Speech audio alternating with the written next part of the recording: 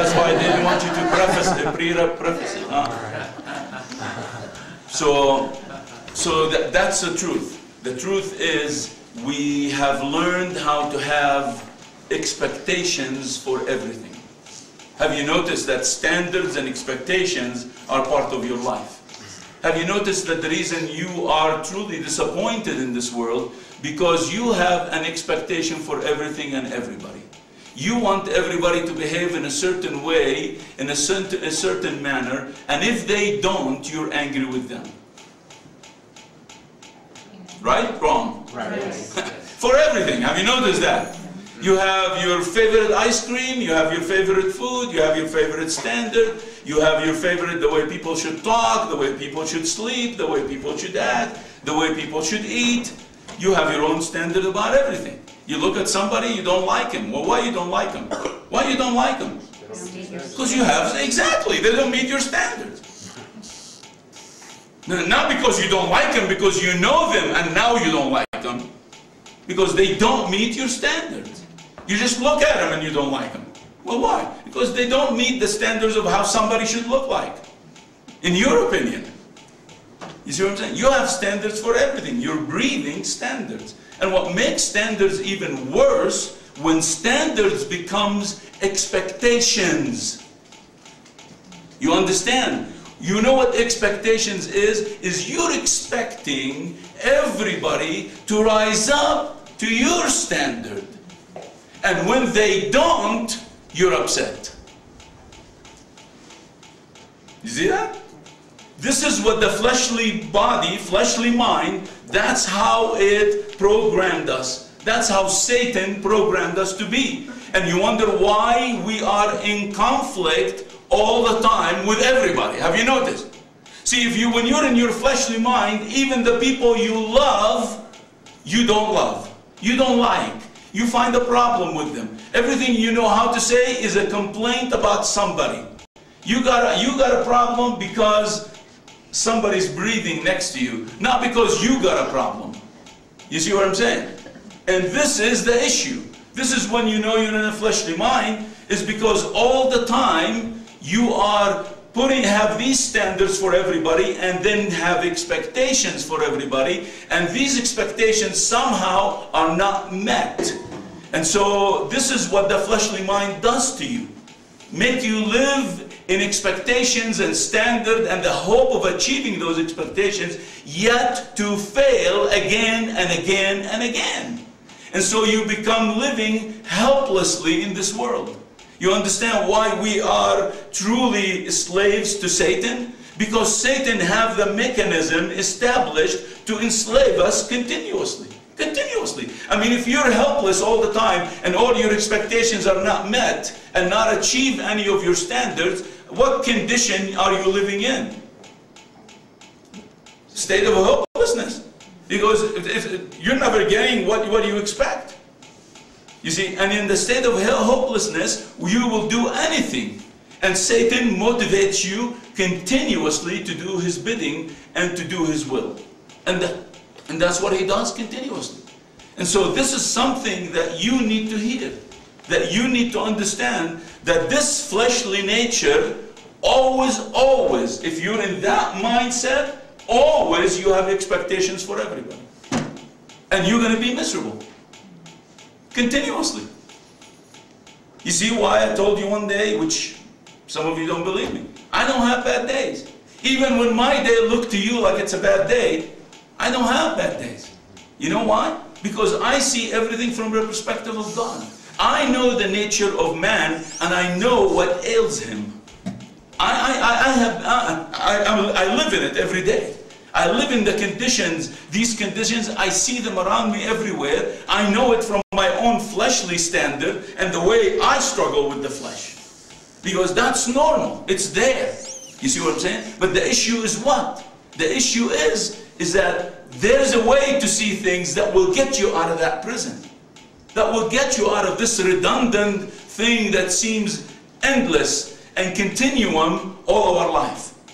Have you noticed that one thing about our life is redundancy? Redundancy seems to be something that we can never get away from. You see what I'm saying? That we are somehow captivated to this repetitive way of life continuously, and we find ourselves somehow bound by it and limited by it. And so when God comes in, He brings a gospel. He brings good news. So why God brings good news? Because you're living in bad news continuously. That's why God brings good news, because you need some good news. And you know what? The good news is not what you expected to be good news. It's not what you want. See, you want good news to fulfill your expectations and your standard. But God doesn't give you that because He knows that that is what's ailing you and keeping you captive. See that? God sees that. He understands what ails you. He understands what keeps you captive. He understands the redundancy of your life and the hopelessness that you stagger in continuously every single day. He understands that you don't understand. He understands that you don't see. He understands that you're not living. That you're a walking dead. That life means nothing to you. You know why you're in the state that you're in? Because of those expectations. See, God did not give you your expectations because He will be feeding the flesh and self in you. And if He does that, where are you going to get out? And it's against the nature of God to feed anything like that. Because He knows that's what's bounding you. And so this is critical for you to start to understand it. And we see it in the Gospels. We see it the way Jesus speaks. We see it the way people react to Jesus. We see that they don't understand Him. They don't understand what He's saying because these are two different wisdoms that are functioning completely opposite to each other. You see what I'm saying? So Jesus came to give us good news, but the news that He considered good, that He is our life and He is going to break us out of this bondage. You see what I'm saying? That's not what we expect good news to be. True. You don't think that just having Jesus is going to be good news. You don't understand it. You don't realize it because you say, you know what, Jesus came into my life and I'm walking with Jesus, but I don't seem to get what I want. Because it never was about you getting what you want. See, you're misunderstanding the good news.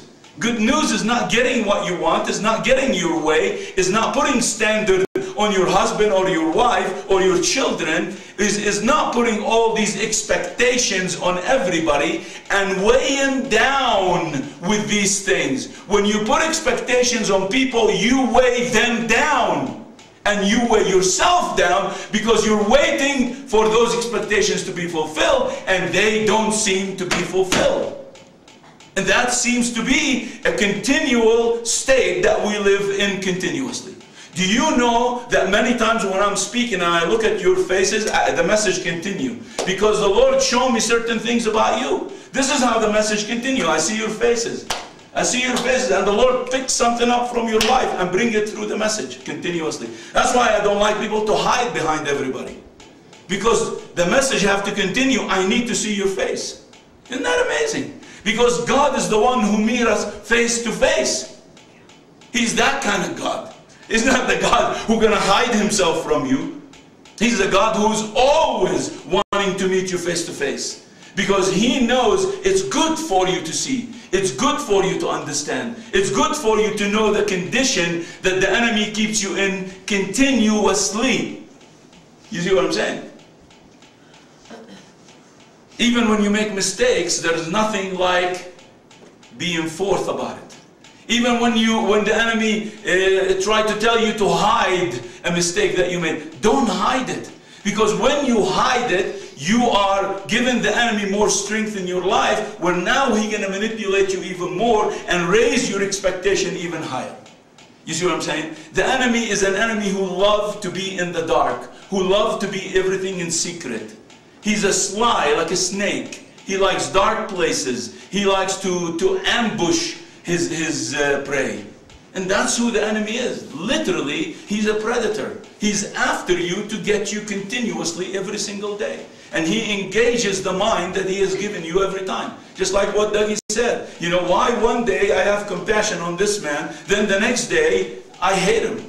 Or I want to harm him. It's because, and you see the difference and how contradictory the two feelings are? They're just as contradictory as the two kingdoms are.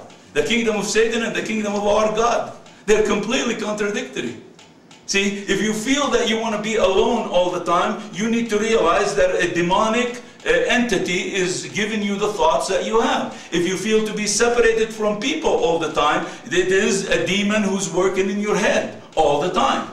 You see what I'm saying? That's what demons do. They want to separate you. They want you to have faults in everybody. They want to show you that everybody have a problem. And guess what? Just by sheer them being around you, you got a problem. Because if they all just go away, you have no problems on your own. You're such a perfect character that these people around you are weighing you down. Why just dump these losers? See, that's what Satan does to us. Makes us think that way. Did you know what? Look, if I only can get rid of all these guys, all these people around me, and just be alone, be by myself. See, when that comes, that word, being alone, be aware. You are being trapped completely. The enemy is getting you right now. Because listen, the enemy wants to be alone with you so he can murder you and so he can exacerbate you to the point of committing suicide. And one time the Lord had me ask you even, how many of you thought of committing suicide in your life? At least once. And if I can recall correctly, a lot of you did. And put your hand up. You see what I'm saying? Well, why is that? Because what being engulfed in the nature of Satan will lead you to. Will lead you to this hopelessness continuously. So when the good news came, is nothing that we understand, is nothing that our fleshly mind can realize. So the Lord gave us Himself in His entirety. He gave us His Spirit, that His Spirit, by the mind of the Lord, will become our mind, will be in us, and He'll start to communicate truth to us. He'll start to show us things by pointing out things and teaching us daily, walking together in this reality. Enjoying this walk. Yes, it is tough, but let me tell you what, without this walk, it's tough out there. Don't think that it's any easier out there without Jesus. Don't think about it that way, because that is what the enemy wants you to think. This, you know what, if I leave all this, I can go live my life. There is nothing to live. There is nothing to have, because this is the life that the Lord has given you, and each one of us, we have a cross to bear. Each one of you have a cross to bear, including myself.